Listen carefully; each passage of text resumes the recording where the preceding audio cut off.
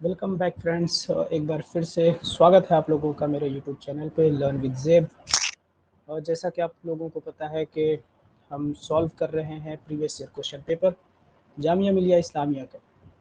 तो 11th arts के लिए हम सॉल्व कर रहे हैं, पूरा एक सीरीज़ में चलाने की कोशिश कर रहा हूँ और ये आई थिंक चौथा वीडियो होगा। 2017, 18, 19 और ये 20 है ना, चौथा वीडियो है ये। आप ये यूट्यूब चैनल आप इसको ज्वाइन कर सकते हैं लर्न विद ज़ेब। और ये ईमेल आईडी है। और मैं सोच रहा हूँ कि 24 अप्रैल से जामिया मिलिया इस्लामिया के लिए मॉक टेस्ट कंडक्ट कराऊँ और उस मॉक टेस्ट के लिए आपको रजिस्ट्रेशन करना होगा। फ्री ऑफ कॉस्ट है, टोटली फ्री है। और आप रजिस्ट्रेशन कर लें 23 अप्रैल तक, है ना, ताकि फिर मुझे बाकी सब चीज़ों का इंतज़ाम करना है। तो ये ऑनलाइन ही होगा मोस्ट प्रोबेबली। आप इस ईमेल आईडी पे अपना नाम वगैरह लिख के भेज दें और फिर उधर से रिप्लाई आएगा, बाकी क्या करना है। तो याद रखें, ज़ेब JR909@gmail.com ये ईमेल आईडी है। अपने दोस्तों के साथ या फिर जो भी लोग जामिया या फिर अलीगढ़ कहीं का भी एंट्रेंस देना चाहते हैं उनके साथ शेयर करें।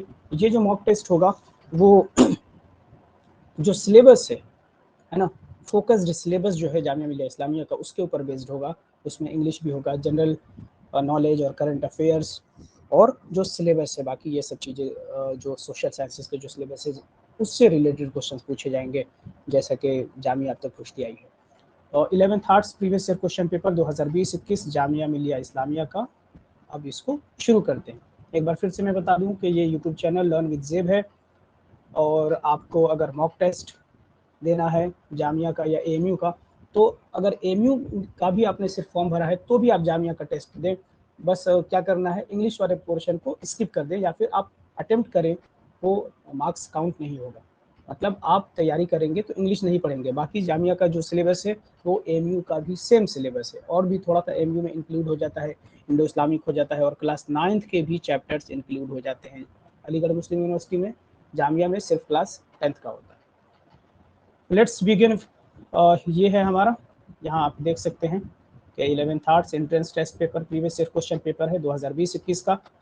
और ये क्वेश्चन है हमारा पहला जो क्वेश्चन है, ये बड़ा क्यों होता है, हाँ, ये पहला क्वेश्चन है हमारा। Identify the natural product from the list of items given below. Natural product को आपको आइडेंटिफाई करना है इनमें से, कॉटन, टेक्सटाइल, टोमेटो सॉस या व्हीट फ्लावर। तो आपको बताना है कि नेचुरल प्रोडक्ट कौन सा है इसमें से।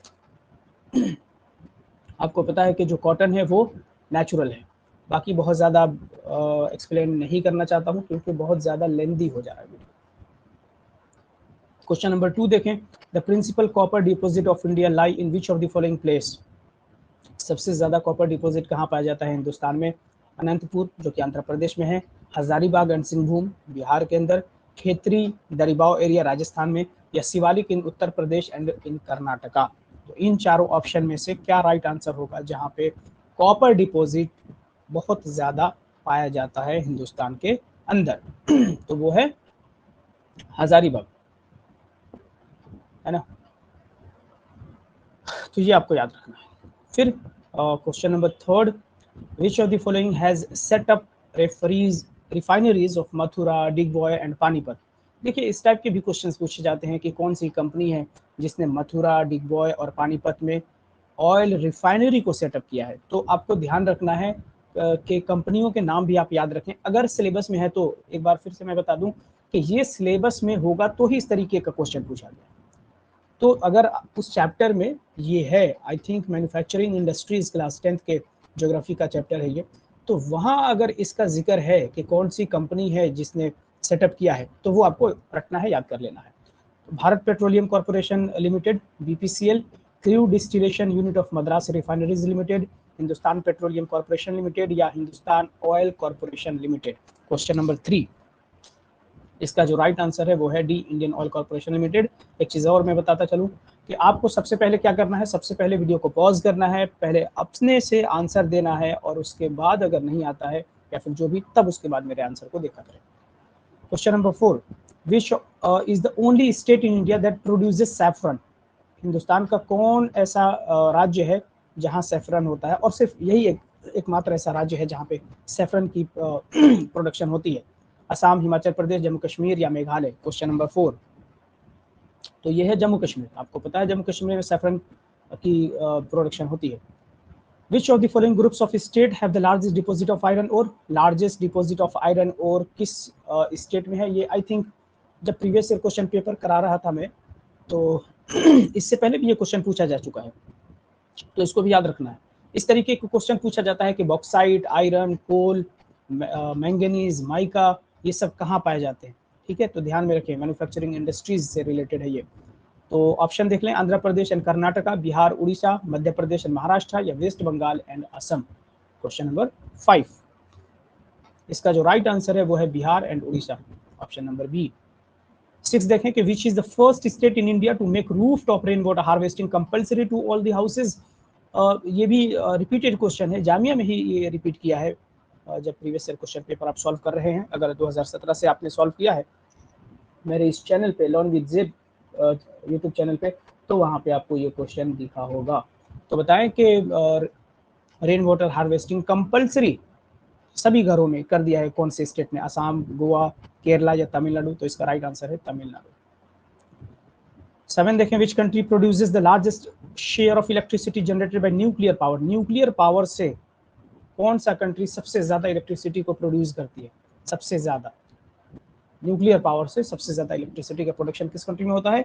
चाइना, फ्रांस, इंडिया या जापान? Question number 7। इसका जो राइट आंसर है वो है फ्रांस। एक चीज मैं बता दूं कि जामिया मिलिया इस्लामिया में नेगेटिव मार्किंग नहीं है। इट मीन्स कि आपको 100 के 100 क्वेश्चंस अटेम्प्ट करना है, एक भी क्वेश्चन नहीं छोड़ना है। बट हाँ, ध्यान से करें, पहले वो क्वेश्चंस को करें जो बिल्कुल 100% आप श्योर हैं कि हाँ ये आपको आता है। Question number 8, what is the approximate percentage of irrigation land in India? Hindustan में इरिगेटेड लैंड कितना है? परसेंटेज में बताना है। ऑप्शन आपका ये रहा, 25, 35, 45 या 65? 25, 35, 45 या 65? Question number 8। इसका राइट आंसर है 35। Which question number 9, which of the following has a potential for the harnessing of tidal energy in India? किसके पास कैपेसिटी है टाइडल एनर्जी बनाने की? Backwaters of Kerala, Chilka lake, gulf of Cambay, gulf of Mannar? आप बताएं कि चिल्का लेक किस स्टेट में है, और आप कमेंट बॉक्स में बताएं। क्वेश्चन नंबर 9 का आंसर बताएं। क्वेश्चन नंबर 9 का आंसर है गल्फ ऑफ कैम्बे। 10 देखें, which of the following food grain crops occupies the largest part of the cropped area in India? तो ये आपको बताना है कि लार्जेस्ट, क्या सवाल है कि which of the following food grain crops, कौन सा ऐसा फूड ग्रेन क्रॉप है जो सबसे ज्यादा हिंदुस्तान में क्रॉप्ड एरिया जिसका है ना? ये आपको, ये पहले तो ये बताइए कि what is cropped area? Cropped area क्या है? ये एग्रीकल्चर वाला चैप्टर आपने अगर पढ़ा है ध्यान से तो वहाँ पे है net sown area, cropped area, इसका डेफिनेशन आपको याद रखना है। बार्ले एंड मेज ऑप्शन है, बी ऑप्शन है ज्वार एंड बाजरा, सी है राइस और डी है व्हीट। क्या होगा इसका राइट आंसर? अगर नहीं आता है तो छोड़कर आगे बढ़ना है, बाद में पीछे मुड़ के देख लेना। पहले वो करो जो बिल्कुल 100% श्योर हो कि हाँ आपको आता है। Question number 11, which planet, again ये मैं बता रहा हूँ, ये जो टॉपिक है ना आपका, ये फेवरेट, मतलब ये पूछा ही जाता है। प्लैनेट हो गया, मतलब यूनिवर्स वाला जो चैप्टर हो गया, उसको आपने पढ़ ही लेना है। Which planet is known as the earth's twin? Earth's twin किस प्लैनेट को कहते हैं? मार्स, नेपच्यून, यूरेनस या वीनस? क्वेश्चन नंबर 11, ये कहते हैं वीनस को अर्थ्स ट्विन कहते हैं। क्वेश्चन नंबर 12 में देखें, which of the following is the major source of fresh water which is available in India? तो major source of fresh water कौन सा है जो हिंदुस्तान में मौजूद है? Ground water, ocean water, pond water या रिवर वाटर? क्वेश्चन नंबर 12, इसका जो राइट आंसर हो गया वो है ए। 13 देखें, what is the percentage of earth surface covered by India? मतलब हिंदुस्तान का टोटल लैंड कितना है? अगर वर्ल्ड के हिसाब से देखें परसेंटेज में बताना है, 2.4, 3.4, 4.4, 5.4। ऑप्शन बहुत क्लोज है, तो ध्यान से आपको पढ़ना है ये। इंडिया साइज एंड लोकेशन, इस चैप्टर को पढ़ा होगा ये, ऑल्दो ये चैप्टर 9th का है ना? 2.4, सॉरी हाँ ठीक है, इसका जो आंसर है वो 2.4 ही होगा, है ना? ये कहाँ से क्वेश्चन पूछा गया आपके लिए? ये जो क्वेश्चन पूछा गया है वो मनोहर पांडे से पूछा गया है। मनोहर पांडे में भी इंडियन ज्योग्राफी आप पढ़ लें, वर्ल्ड ज्योग्राफी पढ़ लें, थोड़ा बहुत, मतलब थोड़ा बहुत क्या, अच्छा खासा पूछ लिया जाता है। Question number 14, from where did the oldest rocks in India reported जो ओल्डेस्ट रॉक है हिंदुस्तान में कहाँ पाए जाते हैं, या कौन से वाले ओल्डेस्ट रॉक हैं?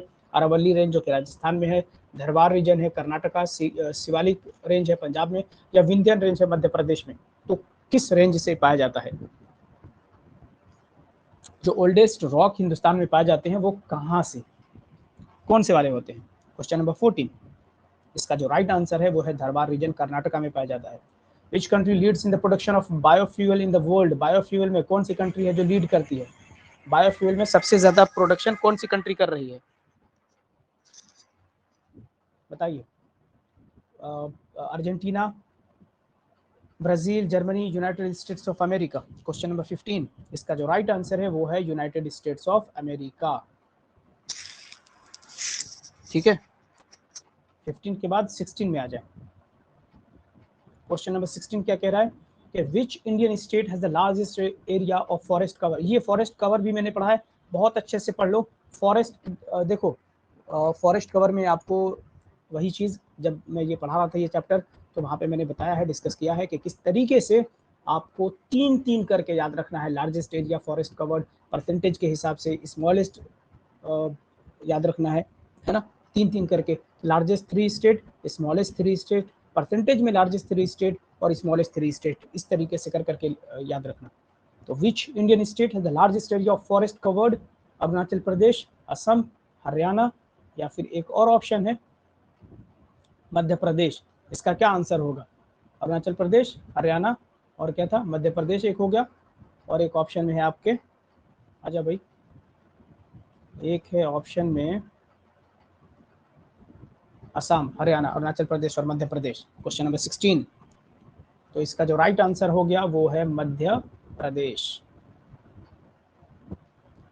ठीक है, ये राइट आंसर। 17 देखें, which country has the largest area under T cultivation? ये सब देखो, ये एग्रीकल्चर वाला ये जो चैप्टर है ना, बहुत ही ज्यादा इंपॉर्टेंट है। तो टी कल्टीवेशन में कौन सा ऐसा कंट्री है जो लार्जेस्ट, मतलब सबसे ज्यादा टी प्रोडक्शन किस कंट्री में होता है? Bangladesh, India, Brazil, Russia. Question number 17। उसका आंसर है India, option number C, India. अच्छा, टी में इंडिया है, तो कॉफ़ी में शायद ब्राज़ील होगा, या फिर इसको एक बार देख लीजिएगा, मुझे थोड़ा सा कन्फ्यूज़न लग रहा है कि इंडिया, इसको देखना है एक बार, और मुझे कमेंट करके बता देना कि क्या ये सही है या नहीं, या फिर मुझे याद रहा तो मैं खुद ही चेक करके बता दूंगा। ठीक है, कि लार्जेस्ट कौन सा कंट्री है टी कल्टीवेशन में। और साथ ही साथ एक चीज़ और भी याद रखना है, जब भी कोई, जैसे मिसाल के तौर पे मान लो कि टी में ब्राज़ील हो गया फर्स्ट पे, तो इंडिया का रैंक भी याद रखना है कि चलो ब्राज़ील तो हो गया टी के मामले में फर्स्ट पे, तो इंडिया किस रैंक पे है टी के मामले में। ठीक है, ऐसे याद रखना है। फिर देखिए, तो कभी कभी इसी तरीके से क्वेश्चन पूछता है कि इंडिया की रैंक कितनी है टी के मामले में। अभी यहाँ पे तो आंसर के हिसाब से सी लग रहा है, यानी कि इंडिया लग रहा है, क्योंकि मुझे थोड़ा सा डाउट लग रहा है, कॉफ़ी और टी में मैं कंफ्यूज हो रहा हूँ। तो यहाँ पे मुझे याद दिलाना, अगर याद रहा तो मैं खुद ही क्लियर कर दूंगा कल वाले वीडियो में। क्वेश्चन नंबर 18 में देखें, who among the following presented the union budget maximum number of times? सबसे ज़्यादा बार यूनियन बजट किसने पेश किया है? आपको पता है यूनियन बजट कौन पेश करता है? जो फाइनेंस मिनिस्टर होते हैं या होती हैं, कोई भी, अभी फिलहाल में तो लेडी हैं, तो फाइनेंस मिनिस्टर का काम है यूनियन बजट को पेश करना। तो मैक्सिमम नंबर ऑफ टाइम किसने किया है, यानी कि जो सबसे ज़्यादा दिनों तक फाइनेंस मिनिस्टर रहा होगा उसी ने किया होगा। मोरारजी देसाई हैं, पी चिदम्बरम हैं, प्रणब मुखर्जी हैं, आर के शनमुखान शेट्टी हैं। तो ये थोड़ा सा आउट ऑफ द बॉक्स जाके ये क्वेश्चन पूछा गया है ना। क्वेश्चन नंबर 13, ये एक ऐसा क्वेश्चन है जो आउट ऑफ द बॉक्स है। 13 नहीं है यार, ये 18 है ना। इसका है मोरारजी देसाई। तो मोरारजी देसाई ये first non Congress prime minister भी हैं। ठीक है, तो याद रखना है। प्रणब मुखर्जी हमारे प्रेसिडेंट भी रह चुके हैं। और ठीक है, फिर क्वेश्चन नंबर 19 देखें, what is called for the method of removing dust and other particles from water using filters? अब ये देखो, ये ना आपको मुझे नहीं लगता कि ये कहीं आपको देखने को मिला होगा सोशल साइंस में, बट एक चैप्टर है, मुझे याद आ रहा है, शायद वहाँ पे इसका जिक्र हो। वैसे ये साइंस का पार्ट है, बट इतना तो आपको पता होना ही चाहिए, जब आप आपने एटलीस्ट जब हाई स्कूल पास कर लिया है वहाँ पे तो इस क्वेश्चन से सामना किया ही होगा आपने कि what is called for the method of removing dust and other particles from water. अगर आप वाटर, और ये बिल्कुल आसान सा भी है, ऐसे भी आप कर सकते हो कि वाटर से डस्ट या और भी जो अदर पार्टिकल्स को सेपरेट करते हो, अलग करते हो फिल्टर करके, उस प्रोसेस को क्या कहते हैं? Evaporation, filtration, rain water harvesting या ऑक्सीडेशन। Question number 19। तो ये फिल्टर आ गया, फिल्टरेशन ही होता है, आपको पता है फिल्टर किया जाता है। How can we increase the water efficient irrigation system? Water efficient irrigation system को कैसे बढ़ा सकते हैं, कैसे ठीक कर सकते हैं, कैसे सुधार सकते हैं? By powering unnecessary water to the land, by not supplying adequate water, by applying drip irrigation method, या by using more manures। Question number 20।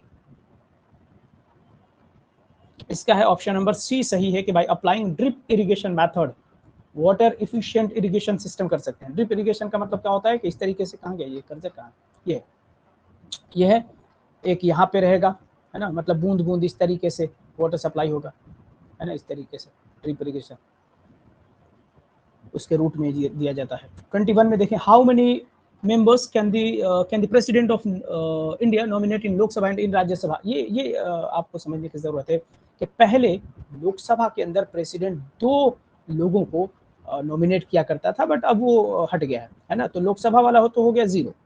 Lok Sabha पहले 2 प्रेसिडेंट के पास पावर था कि 2 लोगों को नॉमिनेट करके लोकसभा में भेजे, अब हो गया है वो 0।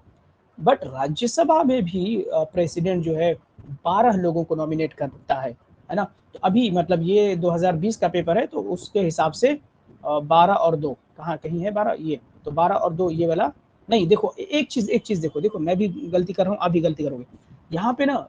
आप देखोगे यहाँ, देखो यही होता है जब आप एक स्टूडेंट होते हो और जब आप क्वेश्चन सॉल्व कर रहे होते हो तो आपको लगता है 12 2 14, तो यही तो 12 2 14 हो गया। बट आप देखो पहले क्या है, पहले पूछा है इसने लोकसभा, तो लोकसभा में कितने 2, और फिर राज्यसभा में कितने 12, तो 2 और 12 ये ऑप्शन सही होना चाहिए, है ना। क्वेश्चन नंबर 21 का सी, यहाँ पे 21 का ए दिया गया है, पता नहीं किस हिसाब से।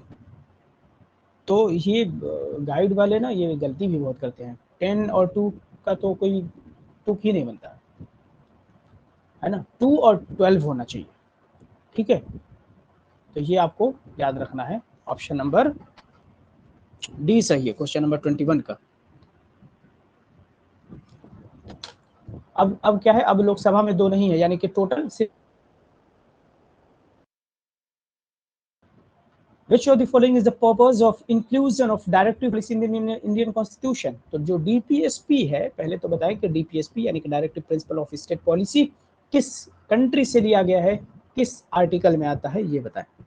और इसका स्टेटस क्या है, मतलब कि जस्टिसिएबल है या नॉन जस्टिसिएबल है। ये 3 क्वेश्चन आपसे मैंने पूछा है, आपको कमेंट बॉक्स में बताना है। साथ ही साथ ये बताएं कि ये जो directive principle of state policy है, इसका पर्पस क्या है, क्या वजह था कि directive principle of state policy को इंडियन कॉन्स्टिट्यूशन में जगह दी गई? To establish Gandhian democracy, to establish political democracy, या to establish social and economic democracy, या टू एस्टैब्लिश सोशल डेमोक्रेसी?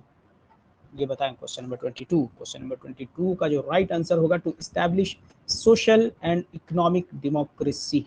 इसके वजह से आपको क्या दिया गया है, डीपीएसपी को इंडियन कॉन्स्टिट्यूशन में जगह दी गई है।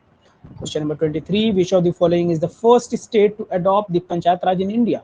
फर्स्ट स्टेट कौन सा है पंचायत राज को अडॉप्ट करने वाला? कभी कभी सेकंड स्टेट का भी पूछ देता है, तो आंसर बताएं, असम, गुजरात, मध्य प्रदेश या राजस्थान? जल्दी से बता दें, क्वेश्चन नंबर 23 का आंसर होगा राजस्थान, और जो सेकंड स्टेट है वो है आंध्र प्रदेश। सेकंड स्टेट आंध्र प्रदेश, जहाँ पे पंचायती राज इंस्टीट्यूशन को कायम किया गया। Question number 24, which one of the following is suggested by the concept of universal citizen? तो यूनिवर्सल सिटीजनशिप का मतलब क्या हुआ, क्या कॉन्सेप्ट है यूनिवर्सल सिटीजनशिप का? तो common rights for all with some special rights for minorities, identical rights for all citizen, identical rights for all person, या single citizenship in the world? क्या इसके पीछे वजह दी गई है? कॉन्सेप्ट ऑफ यूनिवर्सल सिटीजनशिप का मतलब क्या होगा? सिंपल सी चीज। क्वेश्चन नंबर 24, इसका मतलब यही होता है कि देखो यूनिवर्सल का मतलब एक कानून होना चाहिए, मतलब एक तरीके की सिटीजनशिप होनी चाहिए। Common rights for all with some special rights for minorities, ये है सिटीजनशिप का मतलब, है ना। तो ये कि कॉमन राइट सभी को दिया जाएगा और स्पेशल राइट दिया जाएगा माइनॉरिटीज को, यही होता है यूनिवर्सल सिटीजनशिप का मतलब।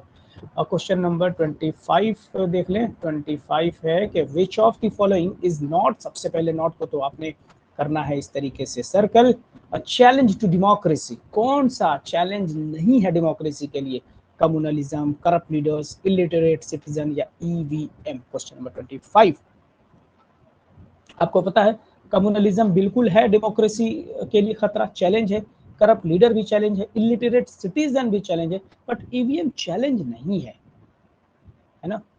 डेमोक्रेसी के लिए मतलब खतरा नहीं है, ये तो मतलब अच्छा पर्पस के लिए लाया गया था ना। अब हम ही खराब निकले, हम ही करप्ट हैं, तो अब बेचारा ईवीएम क्या ही कर सकता है, वो तो मशीन है।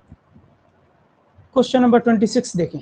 Lakshadweep is a subject to the jurisdiction of which among the following high court. ये आपको मैंने नंबर ऑफ टाइम मैंने करा दिया है कि आपने क्या करना है, आपको सबसे पहले याद रखना है कि देयर आर 25 हाई कोर्ट्स। तो एक तो ये आपका हो गया कि टोटल 25 हाई कोर्ट्स हैं। दूसरा आपको ये याद रखना है कि ओल्डेस्ट हाई कोर्ट कौन सा है, ओल्डेस्ट हाई कोर्ट है कलकत्ता हाई कोर्ट। और कलकत्ता नहीं, तीन हाई कोर्ट बनाए गए थे 1862 में, I think if I am not wrong. 1862 में ही कलकत्ता, बॉम्बे और मद्रास, है ना। ये हाई कोर्ट 1862 में तीनों बनाए गए हैं। ओल्डेस्ट जो है वो है कलकत्ता हाई कोर्ट है। साथ ही साथ आपको याद रखना है कुछ हाई कोर्ट्स के चीफ जस्टिस के नाम, जैसे इलाहाबाद हाई कोर्ट हो गया, पटना हाई कोर्ट हो गया, इनके आपको चीफ जस्टिस का नाम तो याद ही रखना है। और इंडिया के चीफ जस्टिस ऑफ इंडिया का नाम याद रखना है, यानी कि सुप्रीम कोर्ट के जो चीफ जस्टिस ऑफ इंडिया है उनका नाम। साथ ही साथ आपको ये याद रखना है, मैंने बताया है कि 25 हाई कोर्ट है, 25 हाई कोर्ट का बेंच कहाँ है ना, जो मेन जो बेंच है वो कहाँ है।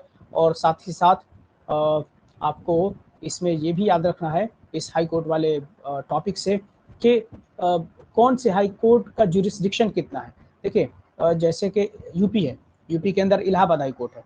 इलाहाबाद हाई कोर्ट जो मेन हाई कोर्ट है वो इलाहाबाद हाई कोर्ट है, उसकी एक बेंच है जो कि लखनऊ के अंदर है। ठीक है, तो बेंच नहीं, आपको मेन जो हाई कोर्ट है उसको याद रखना है कि उसकी जो सीट है वो कहाँ है। हाई कोर्ट की सीट, यूपी हाई कोर्ट की सीट कहाँ है, इलाहाबाद के अंदर, और बेंच कहाँ है, लखनऊ के अंदर है ना। तो सबका तो बेंच याद नहीं किया जा सकता, बट एक बार आप पढ़ लीजिए थोड़ा सा अच्छे से, क्या पता वहीं से क्वेश्चन पूछ दे। क्वेश्चन पूछने वालों का देखो, जब टॉपिक पता चल गया आपको तो उस टॉपिक से जितने भी रिलेटेड क्वेश्चन बन सकते हैं आपको तैयारी कर लेना चाहिए, है ना। ओके, तो ये हो गया कि उस पर्टिकुलर हाई कोर्ट का सीट कहाँ है वो, प्लस बेंच अगर है तो वो जान लें। हाँ, बेंच जान ही ले क्योंकि एक दो बार पूछा भी गया है। अब पता नहीं आपसे पूछा गया है या बीए वालों से पूछा गया, बट पूछा गया। और दूसरा जो तीसरा जो सवाल इसमें पूछा जाएगा वो ये सवाल पूछा जाएगा कि भाई इस पर्टिकुलर हाई कोर्ट का जुरिस्डिक्शन कहाँ है। जैसे यूपी है तो यूपी का जो जुरिस्डिक्शन है वो सिर्फ यूपी तक ही है ना। बट कुछ कुछ कोर्ट्स हैं, जैसे बॉम्बे हाई कोर्ट है, तो बॉम्बे हाई कोर्ट का जुरिस्डिक्शन बहुत जगह है ना, यानी कि बॉम्बे जो हाई कोर्ट है वो सिर्फ महाराष्ट्र को ही नहीं कवर करती है, और भी स्टेट्स और यूनियन टेरिटरीज को कवर करती है। तो क्वेश्चन नंबर 26 यही पूछ रहा है कि बॉम्बे हाई सॉरी लक्षद्वीप किसके जुरिस्डिक्शन में आता है, Bombay high court, Kerala high court, Kolkata high court या मद्रास हाई कोर्ट।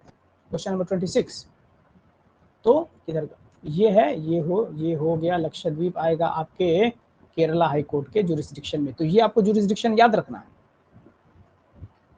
ओके, 27 आ जाओ। और फिर जो लेटेस्ट हाई कोर्ट है वो भी बताएं आप। लेटेस्ट जो हाई कोर्ट बना है, जो 25वां हाई कोर्ट बना है, उसका नाम बताएं जल्दी से, और कब बना है ये भी बताएं, कमेंट बॉक्स में कर दो।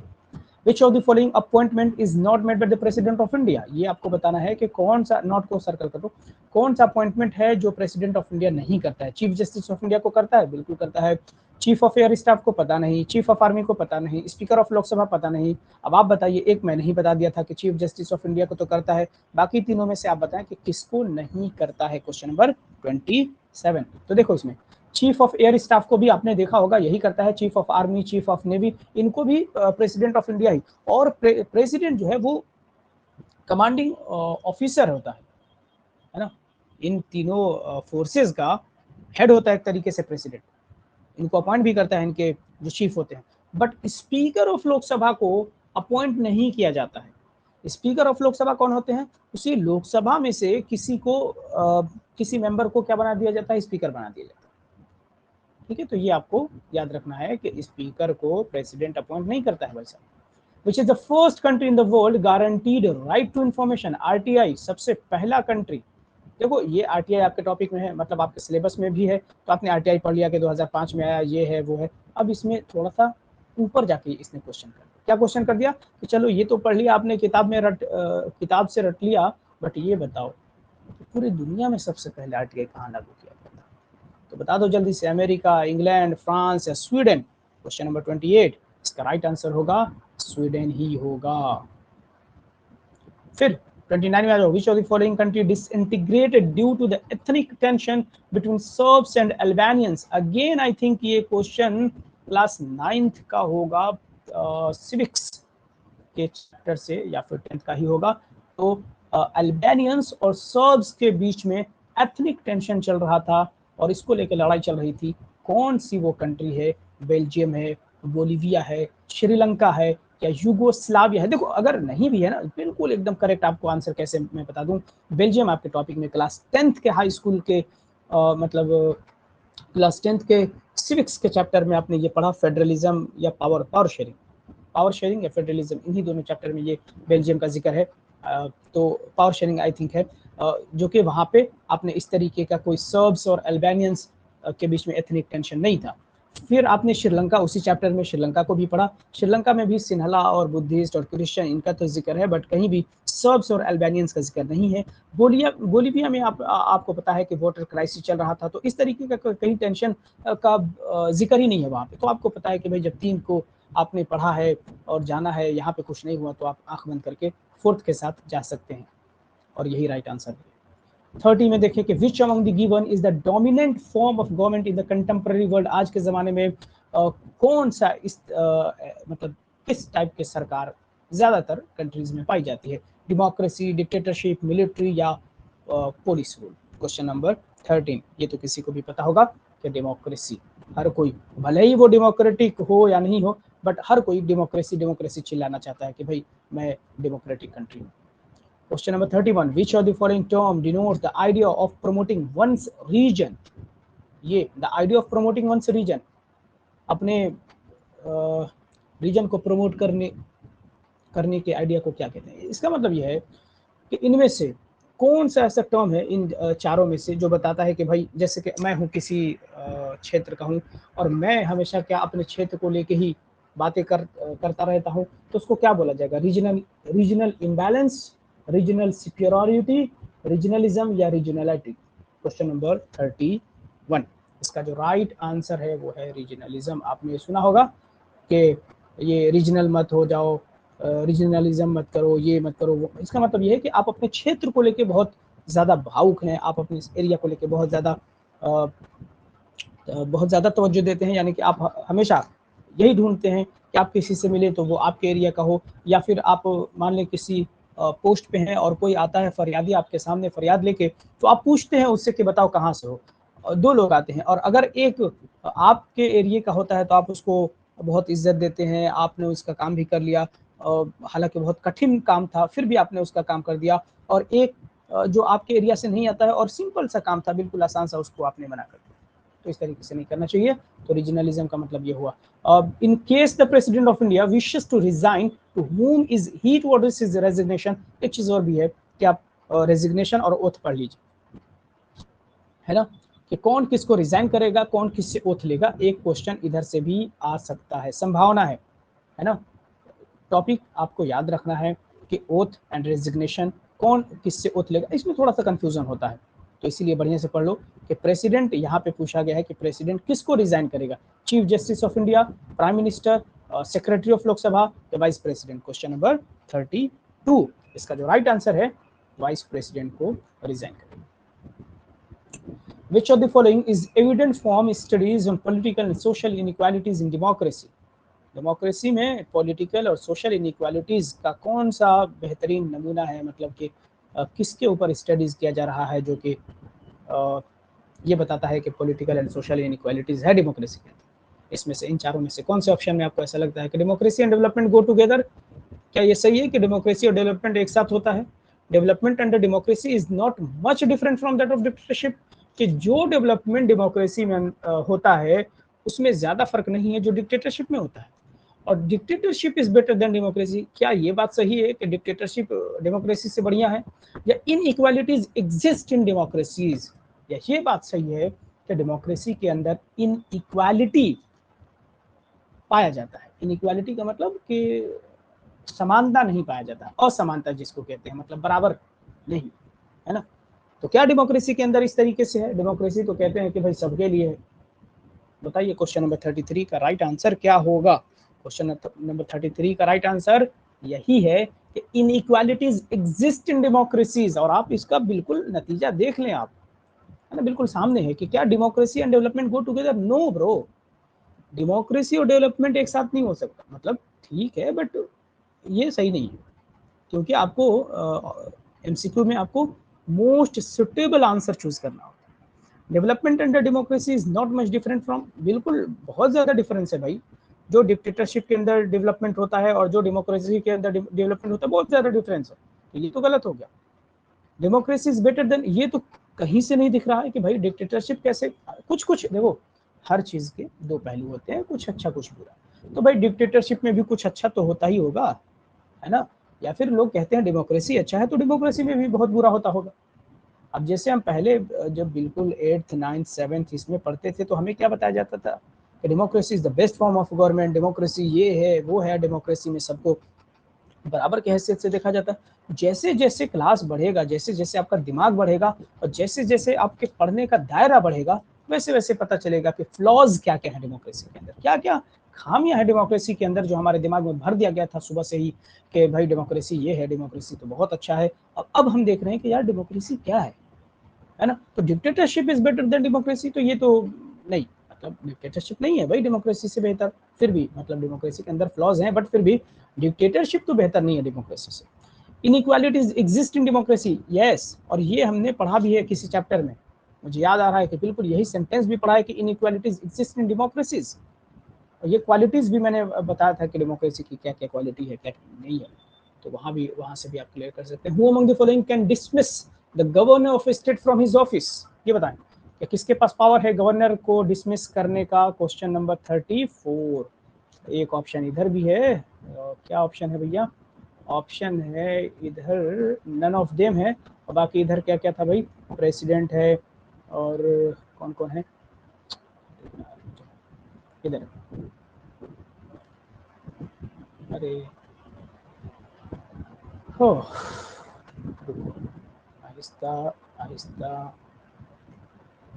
आहिस्ता, okay. Parliament, president and state legislative assembly, या नन ऑफ दिस। गवर्नर को कौन फायर कर सकता है, कौन डिसमिस कर सकता है? देखो गवर्नर कहाँ होता है? स्टेट में होता है। स्टेट लेजिस्लेटिव असेंबली क्या करेगा? गवर्नर को फायर नहीं करेगी। ऐसा नहीं है कि गवर्नर है भाई स्टेट का तो स्टेट लेजिस्लेटिव, क्यों स्टेट लेजिस्लेटिव असेंबली गवर्नर को फायर करेगी? जब अपॉइंटमेंट स्टेट लेजिस्लेटिव असेंबली नहीं करेगा, फायर कैसे कर सकता है भाई, है ना? तो पार्लियामेंट से क्या मतलब है? पार्लियामेंट का मतलब तो लोकसभा, राज्यसभा और प्रेसिडेंट होता है, तो ये तो नहीं होगा। स्टेट लेजिस्लेटिव भी नहीं होगा, नन ऑफ दीज भी नहीं होगा, प्रेसिडेंट ही इसका राइट आंसर होगा। प्रेसिडेंट ही अपॉइंट करता है, और प्रेसिडेंट के बिल्कुल मर्जी पे गवर्नर होते हैं, समझ लो कि गवर्नर अपने हिसाब से कुछ करे, और प्रेसिडेंट को अगर बुरा लग जाए रातों रात फायर कर देगा।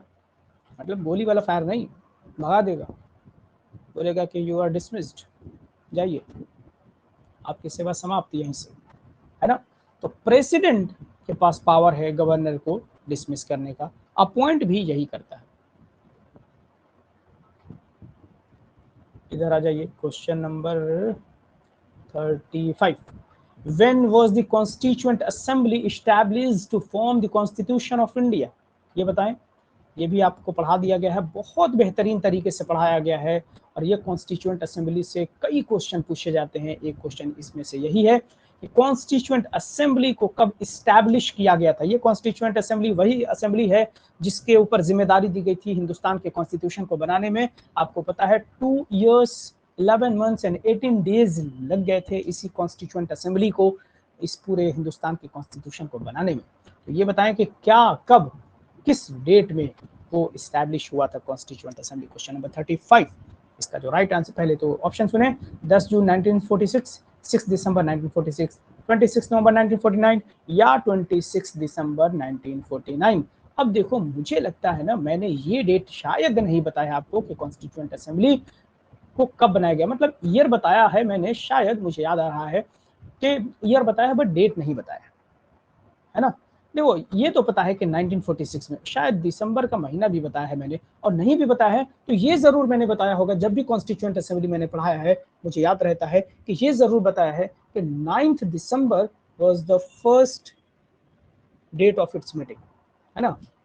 तो पहली जो मीटिंग हुई थी इस कॉन्स्टिट्यूएंट असेंबली की वो है 9 दिसंबर। तो जाहिर सी बात है कि 9 दिसंबर से पहले ही बना होगा, तो ये आपका ऑप्शन सही हो गया। देखो 26 दिसंबर तो हो नहीं सकता, 1949 काफी लेट हो गया, आपको पता है 1946 में बन गया, तो 1946 ही आंसर होगा। अब ये भी 1949 है, काटो इधर से 10 जून, इसको भी काट दो। क्यों? क्योंकि जब मैं बता ही रहा हूं कि 9 दिसंबर को पहली मीटिंग रखी गई, उससे कुछ दिन पहले बनाया गया होगा भाई, तो 6 दिसंबर 1946 को ये कॉन्स्टिट्यूएंट असेंबली को बनाई गई है, ये आप याद रखें। 36 देखें, which of the following is not, तुरंत गोला लगा दें, qualification of democracy. Again democracy के बारे में पूछ रहा है कि डेमोक्रेसी इनमें से क्या क्वालिफिकेशन नहीं है डेमोक्रेसी का, कैसे स्टेट को, कैसे कंट्री को डेमोक्रेटिक कंट्री नहीं बोला जाता है। Elections must offer a choice and fair opportunity to the people to change the current rulers. Option number B, people should not question the government.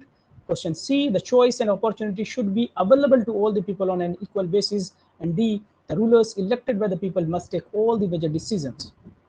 ये बताएं कि election must offer a choice and fair opportunity to people to change the current rulers, यानी कि election होने चाहिए, लोगों के पास मौका मिलना चाहिए कि भाई अगर सरकार सही नहीं कर रही है तो उसको चेंज कर। दूसरा है कि डेमोक्रेसी का मतलब ये होता है कि सरकार से सवाल ना किया जाए, और तीसरा है the choice and opportunity should be available to all, यानी कि जो भी मौका मिले, जो भी अवसर मिले वो सबको बराबर मिले, है ना। और लास्ट है ruler elected by the people must take all the major decisions, कि जिनको लोगों ने चुना है, हमने जिन लीडर्स को चुना है वो अपने से डिसीजन ले, जो भी बड़े डिसीजन होंगे वो लेते हैं। तो क्या सही है, मतलब इसमें से आपको ढूंढना है कि डेमोक्रेसी के अंदर क्या नहीं होता है, कौन सा ऐसा सेंटेंस है जो डेमोक्रेसी को डिफाइन नहीं करता है। क्वेश्चन नंबर 36, और ये ऑप्शन नंबर बी हो गया कि people should not question the government. नहीं होता है भाई, ऐसा नहीं होता है, आप ऐसा नहीं कर सकते। People should question the government. Democracy के अंदर आप ऐसा मुंह बंद करके नहीं रह सकते। डेमोक्रेसी का मतलब ही क्या है, डेमोक्रेसी का तो मतलब ही है भाई कि आप सवाल करिए, और सवाल नहीं कर रहे हैं तो that is not a democratic country, you are not living in a democratic country अगर आप सवाल नहीं कर रहे। या फिर ये कहते हैं कि नहीं भाई सरकार से ही सवाल नहीं करना चाहिए। क्यों?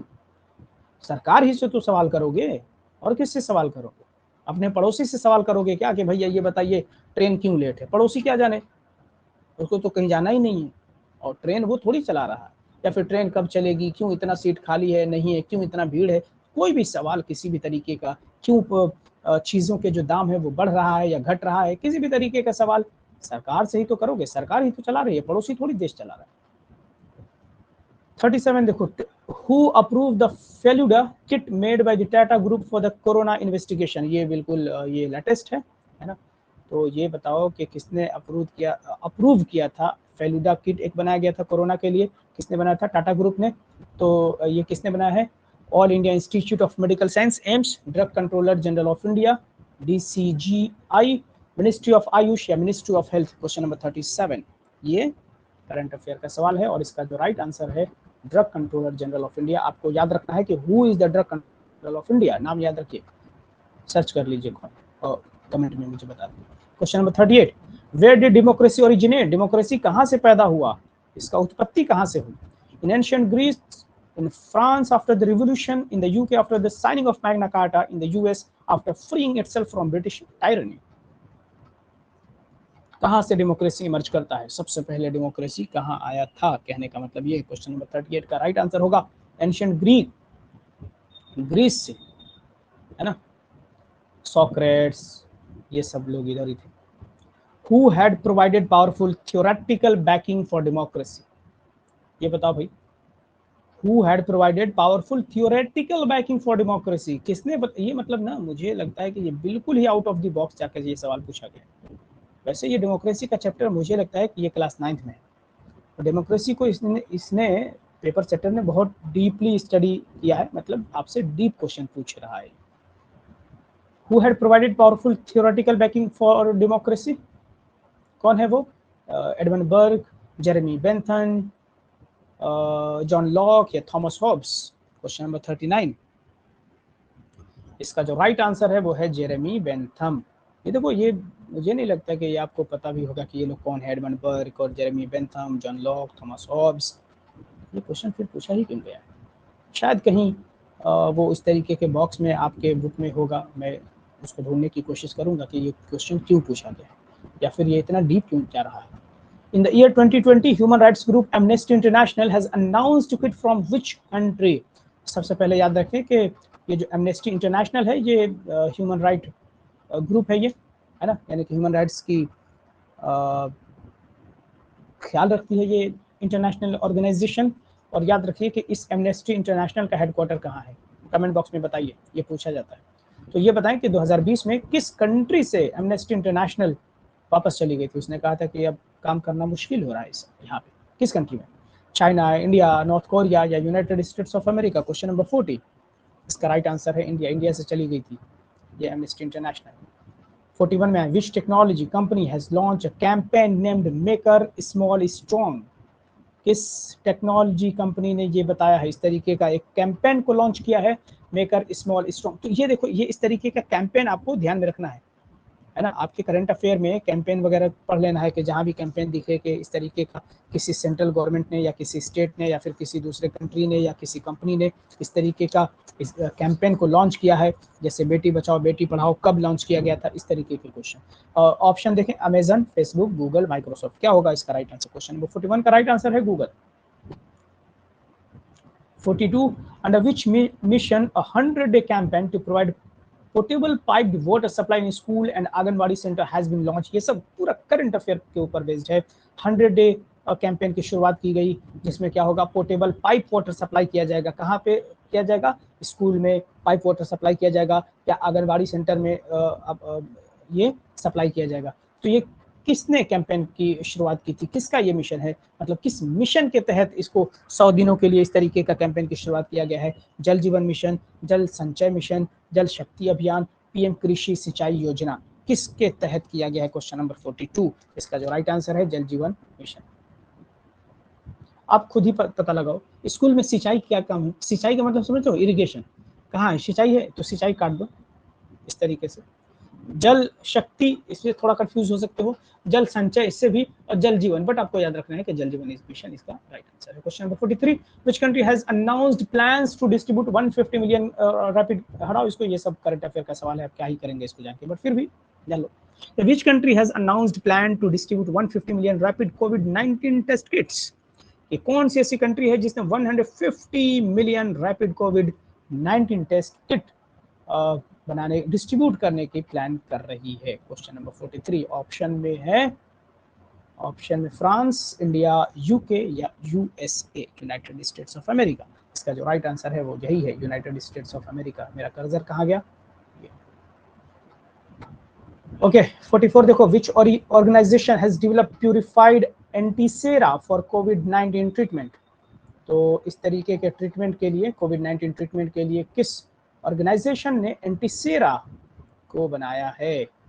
मतलब ये कोविड से बहुत ज्यादा भर भर के क्वेश्चन पूछ दिया इसने। क्वेश्चन नंबर 44 का राइट आंसर हो जाएगा, क्या हो जाएगा? पहले ऑप्शन सुनो, एम्स, CSIR, ICMR या JIPMER। क्वेश्चन नंबर 44, इसका जो राइट आंसर हो जाएगा बच्चे, सी होगा कि ICMR।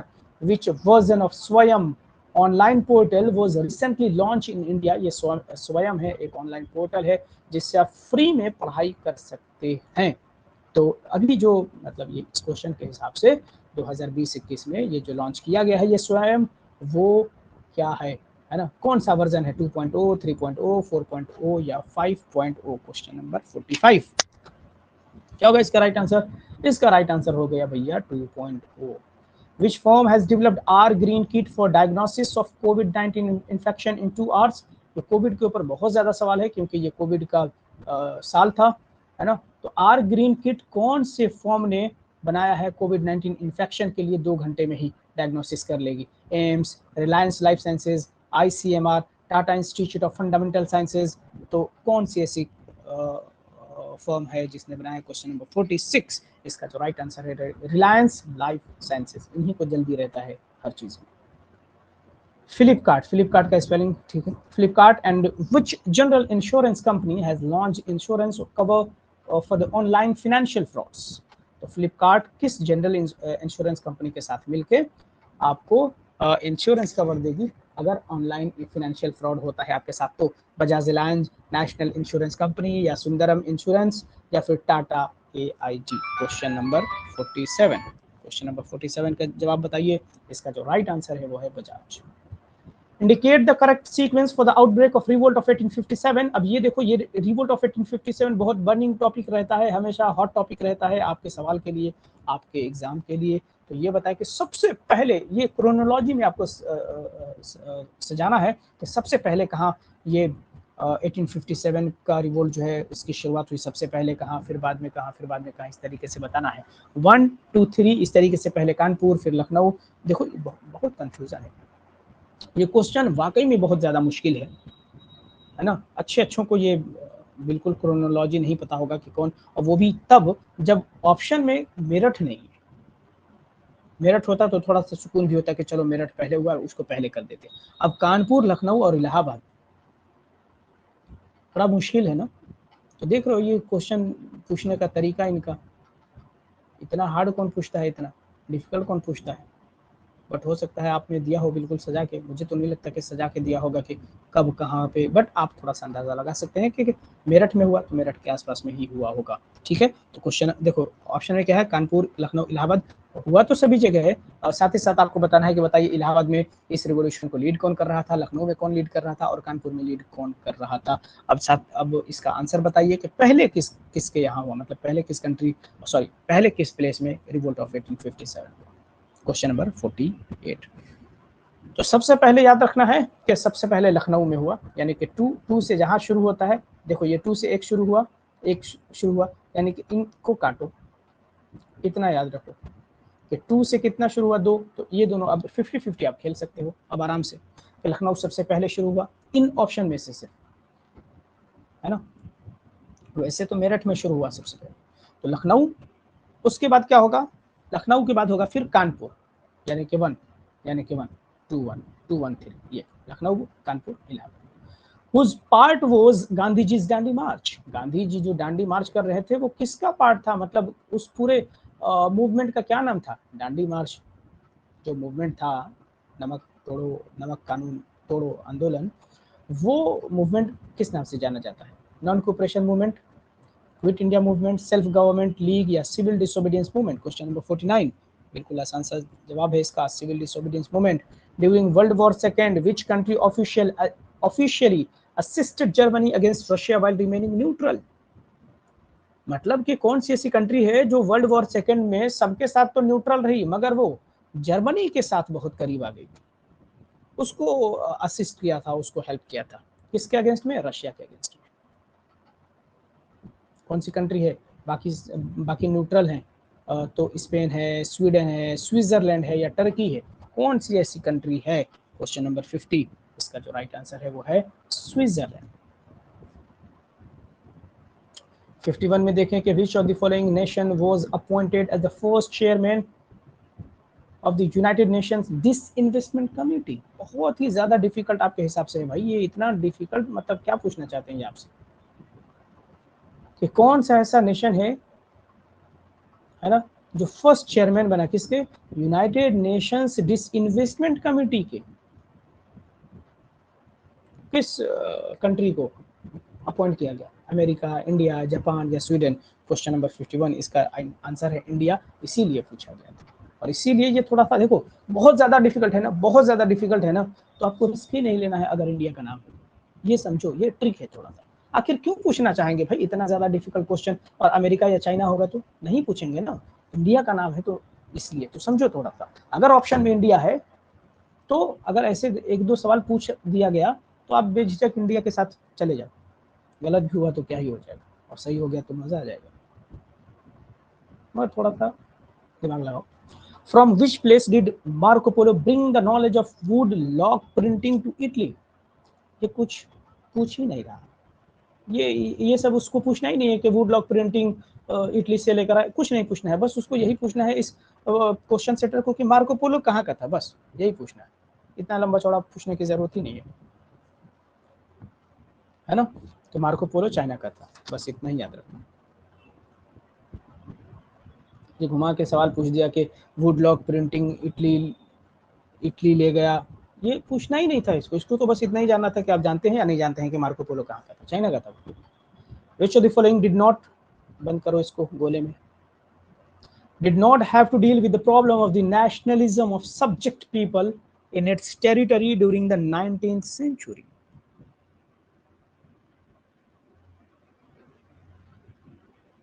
है ना। ये देखो, सबसे पहले मैं मॉक टेस्ट की शुरुआत कर रहा हूँ। 24 अप्रैल से पहला मॉक टेस्ट होगा Jamia Millia Islamia class 11th arts के लिए। टोटल मैं कोशिश करूंगा कि 10 मॉक टेस्ट लूँ, अगर 10 नहीं तो कम से कम 8 मॉक टेस्ट ज़रूर लूँगा। अगर आप अलीगढ़ मुस्लिम यूनिवर्सिटी का भी एंट्रेंस दे रहे हैं या सिर्फ अलीगढ़ मुस्लिम यूनिवर्सिटी का ही दे रहे हैं, तो भी आपको मॉक टेस्ट में शिरकत करना है, पार्टिसिपेट करना है, क्योंकि जामिया के जो चैप्टर्स हैं उस मतलब वो सारे चैप्टर्स एमयू में भी आता है। बस आप क्या करेंगे, आप सिर्फ इंग्लिश वाले पोर्शन को चाहे तो छोड़ सकते हैं, बट मत छोड़ना। मतलब कहने का मतलब ये कि रिवाइज मत करना इंग्लिश, अगर आपको जामिया सिर्फ एमयू का ही देना है, इंग्लिश आपको नहीं पढ़ना है क्योंकि सिलेबस में ही नहीं है। ठीक है, तो आपको 23 अप्रैल तक, मतलब 23 अप्रैल तक आपको इस ईमेल आईडी पे आपको मेल कर देना है अपना नाम वगैरह और कहाँ का आप मॉक टेस्ट देना चाहते हैं। अगर दोनों देना चाहते हैं तो वेल, इसके बाद 3-4 दिन के बाद 4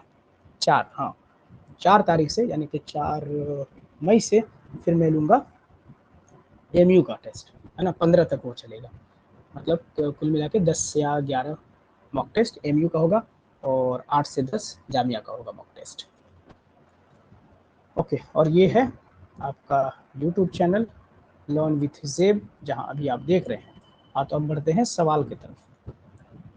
सवाल हमारा था, इसको छोटा कर देते हैं, छोटा तो होने से रहा। हाँ, कि which of the following did not have to deal with the problem of nationalism of, okay, सवाल यह है कि 19th सेंचुरी में कौन सी ऐसी कंट्री है जिसको नेशनलिज्म से सामना नहीं करना पड़ा था। राष्ट्रभक्ति या देशभक्ति का सवाल उस वक्त में नहीं था। कहाँ गया ये क्वेश्चन, ये कौन से कंट्री में जहाँ भी हो रहा था, Austrian empire, Ottoman empire, Prussia या रशियन एम्पायर, कौन ऐसा जूझ नहीं रहा था, कौन ऐसा परेशान नहीं था नेशनलिज्म के कॉन्सेप्ट से अपने टेरिटरी के अंदर। Austrian empire, Ottoman empire, Prussia या रशियन एम्पायर। 19th सेंचुरी की बात हो रही है, ठीक है। तो याद रखिए क्वेश्चन नंबर 53, इसका जो राइट आंसर है प्रशिया, है ना। प्रशिया के अंदर इस तरीके का नहीं हो रहा था कुछ।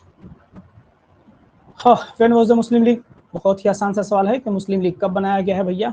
अब आ जाओ, 1904, 1906, 1910, 1915, आपको पता है 1906।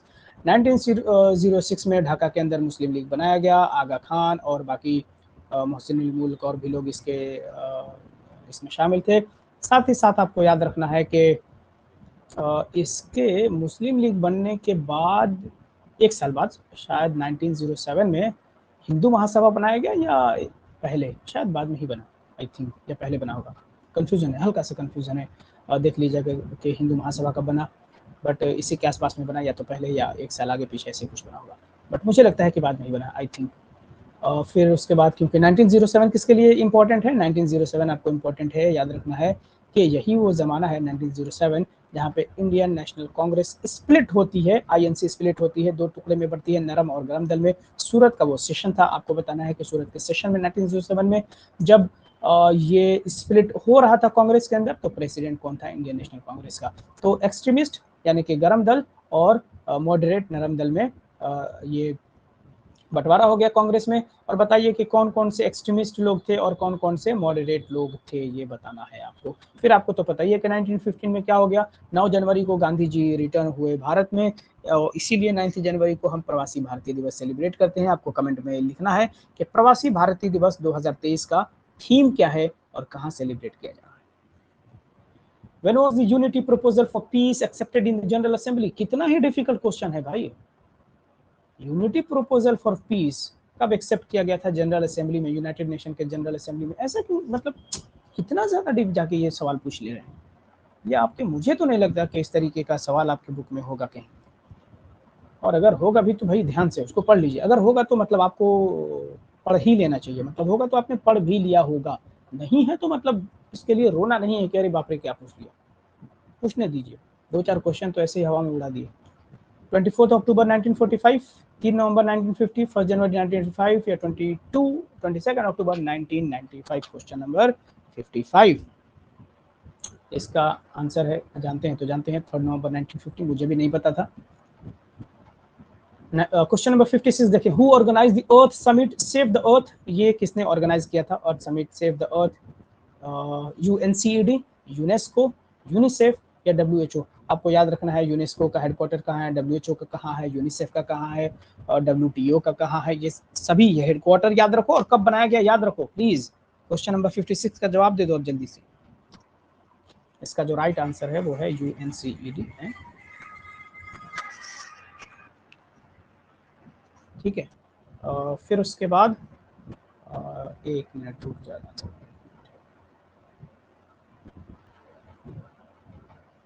ओके, तो 57 के which of the following statement refer to the print revolution? इसमें से कौन सा स्टेटमेंट बताता है प्रिंट रिवॉल्यूशन क्या है क्या नहीं है, प्रिंट रिवॉल्यूशन को दर्शाता है? Hand written manuscript for printed books, shift from hand printing to mechanical printing, the invention of the printing press, या the revolt by people against the printed matters? क्या होगा इसका सही जवाब? मतलब प्रिंट रिवॉल्यूशन किससे समझ में आता है, कौन सा स्टेटमेंट है जिससे ये समझ में आ रहा है कि हाँ भाई प्रिंट के लिए एक रिवॉल्यूशन किया गया था? है क्वेश्चन नंबर 57। इसका जो आंसर है वो ये कि भैया प्रिंटिंग प्रेस का इजाद हो गया। और प्रिंटिंग प्रेस को किसने इजाद किया, किस सेंचुरी में? जल्दी से लिखो, जल्दी से लिखो। और ये एक तरीके का रिवॉल्यूशन था। आप खुद ही देखो, आज आज पूरे बुक प्रिंट करवा लेते हो। कैसे प्रिंट करवा लेते हो? तुरंत मशीन में डाला और खट खट खट खट खट वो खत्म हो गया, 5 मिनट में पूरी मोटी सी बुक आ गई। पहले क्या होता होगा, मतलब एक ही बुक है और सबको पढ़ना है, पहले लोग कैसे पढ़ते होंगे? पेज फाड़ फाड़ देते थे क्या? जल्दी जल्दी नोट करते थे, बड़ा मसला था, है ना? तो ये एक तरीके का एक बिल्कुल प्रिंट रिवॉल्यूशन था प्रिंटिंग प्रेस आने के बाद से। क्वेश्चन नंबर 58, तो इसका राइट आंसर ये है। Question 58, which of the following were the first 2 states in India which established panchayat raj in 1956? इसी क्वेश्चन में, इसी क्वेश्चन पेपर में ये पूछा गया था ना कि कौन से स्टेट में पंचायत राज को कायम किया गया। अब ईयर भी याद रखिए 1956 में। और सबसे पहले कौन है? राजस्थान चारों में है, तो एक तो सही है राजस्थान, बट राजस्थान के साथ जो दूसरा स्टेट था वो आंध्र प्रदेश था। Question number 58। 59, when was the pandemic disease amendment bill passed in Rajya Sabha? ये उस वक्त का बिल है, तो अभी हाल फिलहाल में कोई बिल पास हुआ होगा तो उसको आपने याद रख लेना है कि pandemic disease amendment bill Rajya Sabha. वो भी पूछा है कि राज्यसभा में कब पास हुआ, ऐसे कौन पूछता है भाई? राज्यसभा में। अब ये थोड़ी किसी को याद रहता है कि लोकसभा में इतने तारीख को पास हुआ और राज्यसभा में पास हुआ। बस ये हाँ पूछ लो कि हाँ भाई ये बिल कब पास हुआ, 2020 या 1985, इस तरीके का सवाल। ये बड़ा थोड़ा सा बहुत ज्यादा डिफिकल्ट हो जाता है ना? 18 सितंबर 2020, 19 सितंबर 2020, 20 सितंबर 2020, 21 सितंबर 2020, मतलब इसका मतलब कि क्रोनोलॉजी में है ना? क्रोनोलॉजी में ही है, तो ऐसे में ऐसे ही करना कि पहले को टिक लगा दो, छोड़ो, और पहले ही सही है। Which organisation publishes the world development report? ये तो बता ही सकते हो कि वर्ल्ड डेवलपमेंट रिपोर्ट ये आपके बुक में है। वर्ल्ड डेवलपमेंट रिपोर्ट कौन सी ऑर्गेनाइजेशन पब्लिश करती है? क्वेश्चन नंबर 60 क्या है? International monetary fund, IMF, UNDP, world bank, world economic forum? Question number 60 जल्दी से बताओ। क्वेश्चन नंबर 60 का है कि यूएनडीपी वर्ल्ड डेवलपमेंट रिपोर्ट को पब्लिश करती है। क्वेश्चन नंबर 61 पे आ जाओ। Which of the following movement was led by the Martin Luthers writing and idea? 2 Martin Luther हैं, एक मार्टिन लूथर किंग है और एक मार्टिन लूथर जूनियर है। एक प्रोटेस्टेंट रिफॉर्मर है तो एक अमेरिका के। ठीक है, तो ये जो है मार्टिन लूथर कौन है और कौन सा मूवमेंट की शुरुआत किया था उन्होंने? Counter reformation movement, intellectual movement, reformation movement या रेनेसां मूवमेंट? Question number 61। और ये थे यही प्रोटेस्टेंट रिफॉर्मर थे जिन्होंने काउंटर रिफॉर्मेशन मूवमेंट की शुरुआत की थी। In which year was Mahatma Gandhi first arrest during satyagraha? ये तो बता ही सकते हो भैया कि सत्याग्रह के दौरान सबसे पहले किस साल में महात्मा गांधी को अरेस्ट किया गया था 1906, 1908, बाकी 2 ऑप्शन देख लो, 1913 है और एक है 1917, क्वेश्चन नंबर 62। और ये अरेस्ट किए गए थे 1917 में, जब गांधी जी चंपारण में सत्याग्रह आंदोलन कर रहे थे तब। आपको पता है कि देखो अब इधर देखो, सवाल देखो, हाँ थोड़ा सा कंफ्यूज हो सकते हो इसमें, तो वैसे सवाल कंफ्यूज करने वाला है भी, क्योंकि महात्मा गांधी का जो फर्स्ट आंदोलन था ना, वो था यहाँ 1906 में जोहानिसबर्ग में, साउथ अफ्रीका के अंदर। बट इंडिया में 1917 में चंपारण के अंदर, है ना। तो फर्स्ट सत्याग्रह आंदोलन यहाँ इन्होंने किया था चंपारण में, सॉरी जोहानिसबर्ग में, साउथ अफ्रीका में। बट इंडिया में कहाँ किया है? चंपारण में, 1917 में। तो इसका आंसर 1917। ये again learn with Zeb YouTube channel है, सब्सक्राइब कर लो, घंटी बजा दो, दोस्तों के साथ शेयर कर दो, और ये भी चिल्ला चिल्ला के बता दो स्कीम कि मॉक टेस्ट होने वाला है, मॉक टेस्ट होने वाला है। When did the World Trade Organization come into existence? World trade organisation को कब बनाया गया? आपको तो पता ही होना चाहिए कि 1995 में बना। इसका मतलब कि ये ऑप्शन खत्म, ये ऑप्शन खत्म, बस अब थोड़ा सा दिमाग पे जोर दो कि 1 दिसंबर को या 1 जनवरी को। तो कौन सा आंसर होगा 63 में? 63 का जो है आपका आंसर हो जाएगा वो है 1 जनवरी 1995 को वर्ल्ड ट्रेड ऑर्गेनाइजेशन बना दिया गया था। Which innovation brought together all aspects of the industrial revolution, created demand for a series of related products and facilitated both supply and transportation? इसका जवाब बताइए कि क्वेश्चन नंबर 64, इसका ऑप्शन है canal building, steel bridges, rail road, steam boat. यार देखो बहुत ज़्यादा मतलब मैं इसका हिंदी भी बताऊँ ना तो बहुत ज़्यादा लेट हो जा रहा है। बताओ इसका क्वेश्चन नंबर 64 का होगा रेल रोड। 65 में बढ़ो जल्दी जल्दी। In which year was paper currency first started? Paper currency सबसे पहले किस ईयर में स्टार्ट हुआ था? 1542, 1601, 1861 या 1880? क्वेश्चन नंबर 65, इसका जो राइट आंसर है वो हो जाएगा 1861 में।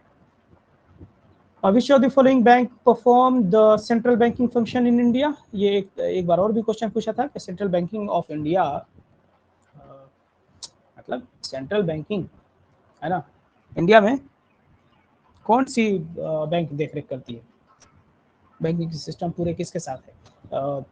Central bank of India, Punjab national bank, RBI देखती है या स्टेट बैंक ऑफ इंडिया देखता है? ये पहले भी क्वेश्चन पूछा जा चुका है, रिपीटेड क्वेश्चन है, तो रिपीटेड क्वेश्चन को आंख बंद करके ही लगाना होता है। रिजर्व बैंक ऑफ इंडिया यानी आरबीआई। आपको लिखना है कि आरबीआई का गवर्नर कौन है, जल्दी से क्विक।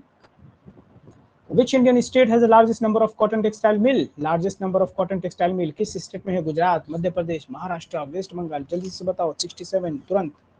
इसका जो राइट आंसर हो जाएगा महाराष्ट्र होगा। 68 में आओ। Which fruit has the largest area under agriculture in India?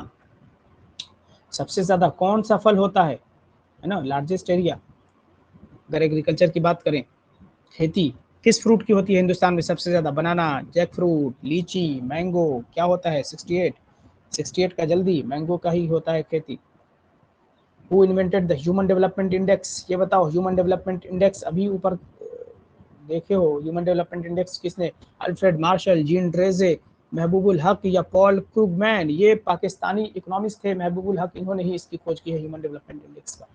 70 में आ जाओ। Which of the following example does not fall under the unorganised sector? ये याद रखना कि ऑर्गेनाइज सेक्टर क्या होते हैं, अनऑर्गेनाइज सेक्टर क्या होते हैं, क्या क्या बेनिफिट्स होता है अनऑर्गेनाइज्ड और ऑर्गेनाइज सेक्टर में। तो ऑप्शन है daily veg labour working for a contractor, कि जो भी अनऑर्गेनाइज्ड सेक्टर, पहले तो नॉट पे ये लगाओ, डज नॉट मतलब ऑर्गेनाइज्ड अनऑर्गेनाइज्ड सेक्टर की क्वालिटी क्या नहीं है ये बताना है। अ daily veg labour working for a contractor, a doctor in a hospital treating a patient, a farmer irrigating his field, या a handloom weaver working on a loom in her house? Question number 70। इसमें देखो ये unorganised है, daily Vaser लिख रहा है, daily veg labour, यानी कि ये अनऑर्गेनाइज्ड हो गया। Doctor in a hospital treating a patient, ये अनऑर्गेनाइज्ड नहीं है, ये ऑर्गेनाइज्ड है ना। अ फार्मर इरिगेशन, ये सब अनऑर्गेनाइज्ड है। ठीक, आगे बढ़ो। 71 देखो, where was VAT imposed?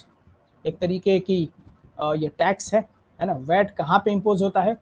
Directly on consumer, on all stages between production and final sale, on final stage of production, on first stage of production. ये आपको मनोहर पांडे पढ़ लेना बढ़िया से, इकोनॉमिक्स के लिए थोड़ा सा करंट अफेयर है ना, मतलब उसी में।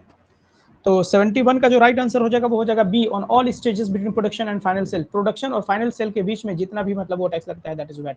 मतलब इसको who raise the slogan pure banking nothing else, ये तो बड़ा ही, अब ये स्लोगन तो आपने नहीं पढ़ा होगा, फिर फिलहाल कोई बात नहीं। तो प्योर बैंकिंग और नथिंग एल्स ये किसका स्लोगन है? आईसीआईसीआई बैंक, एचडीएफसी का है, या फिर इधर जो ऑप्शन है उसका है, आजा एसबीआई या यूटीआई। यूटीआई कौन है भाई? यूटीआई तो पहली बार सुन रहा है ना। इसका जो राइट आंसर है एसबीआई है। Which of the following is the basic characteristic of oligopoly? Oligopoly का characteristic क्या है इसमें से? A few seller, a few buyer, a few seller, many buyer, a few seller, one buyer, many seller, a few buyer। ये किस किस type का question पूछा गया है आपसे इसमें? ये कहाँ से पूछा गया है? कहीं से भी कॉपी एंड पेस्ट कर दिया है क्या इन्होंने? तो ओलिगोपोली का कैरेक्टरिस्टिक क्या है भाई? जल्दी से बताओ। 73, क्वेश्चन नंबर 73, इसका जो राइट आंसर है a few seller many buyer, इसी को ओलिगोपोली कहते हैं।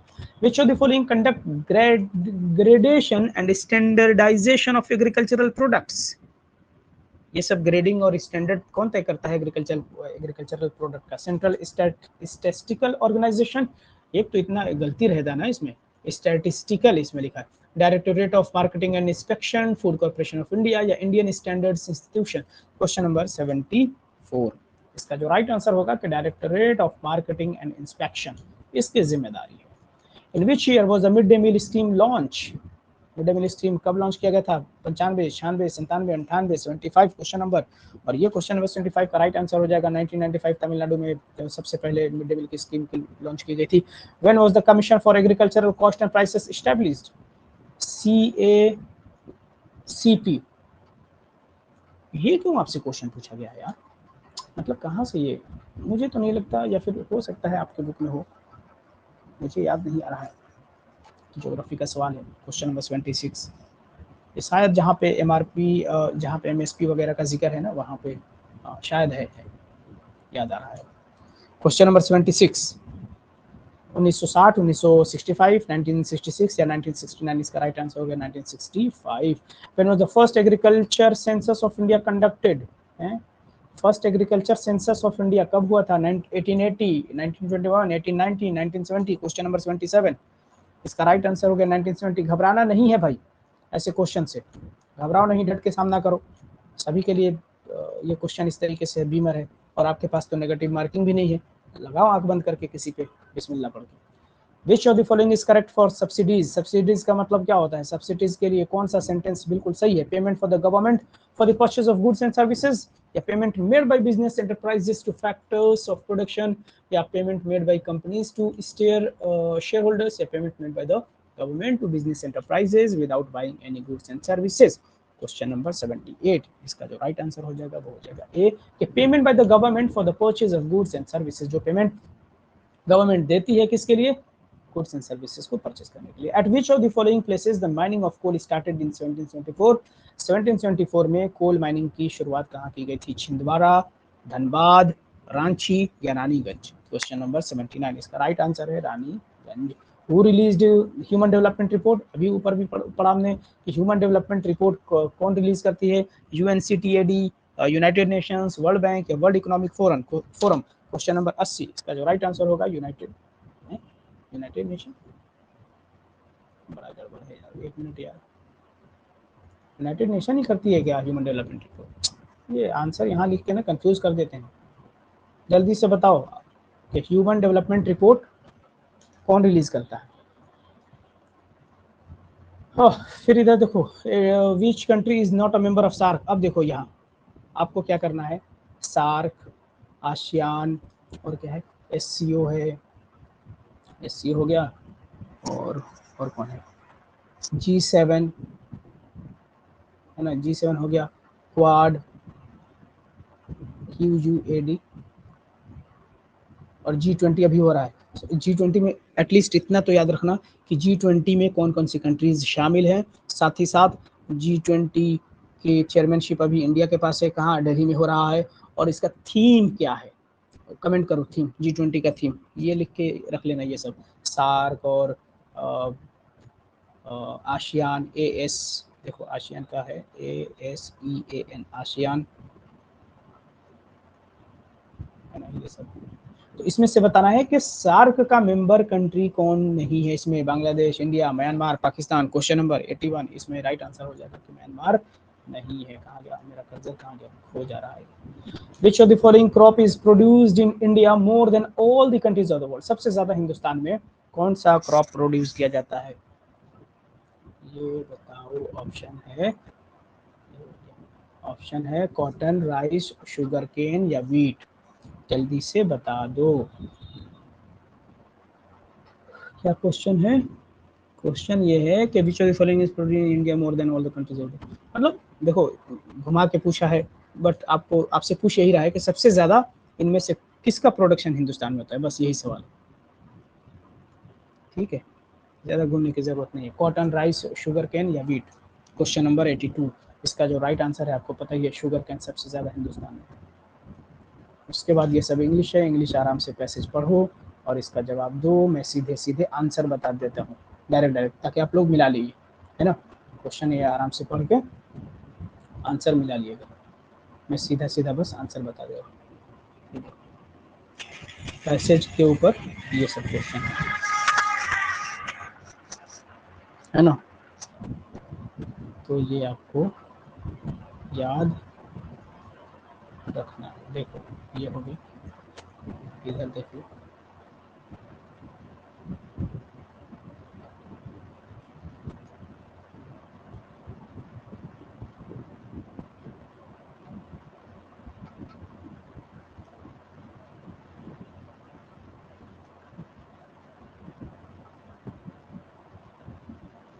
देखो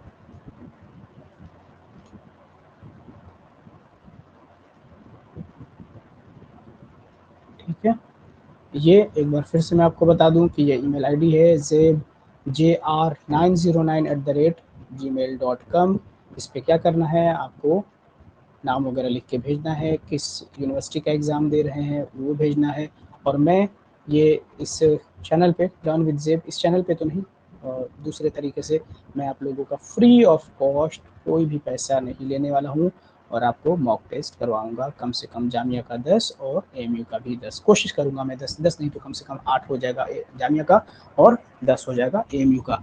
अगेन मैं बता दूं, सिलेबस वही है जो जामिया का सिलेबस होता है, उसमें इंग्लिश भी होता है जामिया वाले में, और एएमयू में इंडो इस्लामिक होता है, इंग्लिश नहीं होता है, बाकी सब सेम ही होता है। और कुछ चैप्टर्स ऐड हो जाते हैं एएमयू में, क्लास 9 के चैप्टर्स ऐड हो जाते हैं, है ना। तो ये याद रखना है कि मॉक टेस्ट 24 अप्रैल से शुरू होने वाला है। इससे पहले आप रजिस्ट्रेशन कर लें, नाम वगैरह भेज दें। कहाँ भेजना है, आपको इस ईमेल आईडी पे भेजना है नाम। ईमेल आईडी आपको मैंने यहाँ पे बता दिया है, ये है ईमेल आईडी,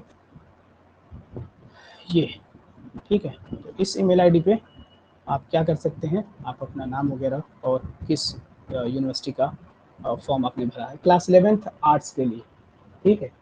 और फिर जामिया का भी सॉरी ये जामिया का ही है, मॉक टेस्ट एएमयू का भी कराऊंगा, वो 3 या 4 तारीख को, तो वहाँ भी बता दिएगा।